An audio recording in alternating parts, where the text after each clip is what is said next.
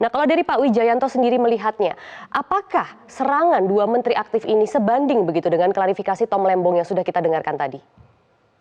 Ya, saya rasa apa yang dilakukan oleh Pak Luhut dan Pak Bahlil itu overshooting gitu ya. Seharusnya tidak perlu direspon semasif itu. Cukup direspon secara substansi. Misalnya, eh, kritik Pak Tom terkait dengan produksi kita yang over sehingga harganya turun, harga internasional nikel turun. Memang Mhm. faktanya begitu. Hampir 100% kenaikan produksi nikel dari tahun 2015 hingga tahun 2022 itu kontribusi dari peningkatan produksi di Iya, Indonesia. Dan akhirnya yang terjadi sekarang adalah oversupply. baik. Jadi harganya jatuh. Tapi itu dibantah Dan oleh Luhut Binsar Panjaitan. Mungkin kita boleh dengarkan sedikit pernyataannya Luhut mengenai nikel yang kemudian mendongkrak perekonomian di Morewali. Kalau kita lihat data 2015, itu kemiskinan di sana 14,7%. Nah, data 2023 itu 12,4%. Jadi turun kemiskinan di sana dari 14,7 ke 12,4%. Nah, itu apa ya? Karena pembangunan ekonomi di sana. Kemudian kalau di Morowali, kita lihat 2015 itu 15,8% kemiskinan, dan 2023 ini kita lihat 12,3% kemiskinan. Jadi terjadi juga cukup perbaikan-perbaikan di sana.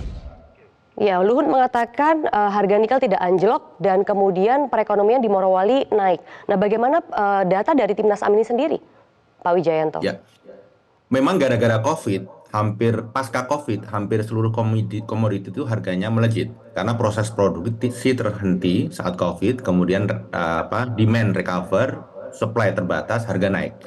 Nah, kemudian kembali ke normal.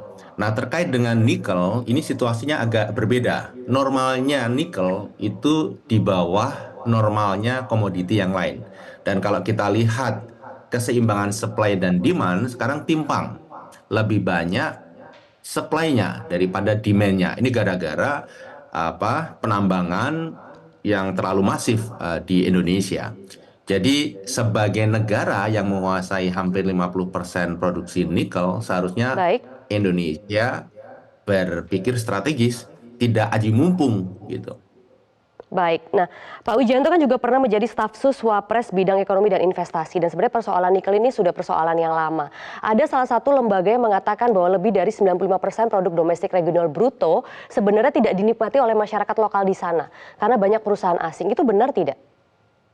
Ya, jadi kalau kita lihat GDP, ya GDP tercatat di Indonesia karena ini mencatat di mana produksi itu dilakukan. Tetapi hak atas manfaat itu kan yang tidak pernah dibahas.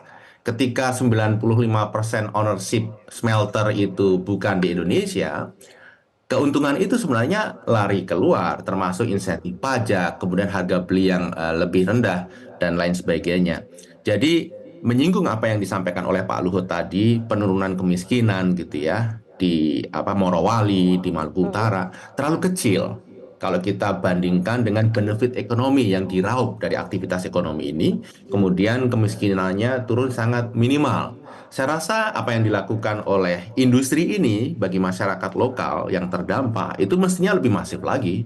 Baik. Dan yang tidak boleh dilupakan adalah pasca nikel nanti habis. Masyarakat di sana harus disiapkan aktivitas Oke. ekonomi apa yang bisa sustain. Nah, ini tidak pernah dilakukan. Jelajahi cara baru mendapatkan informasi. Download Metro TV Extend sekarang.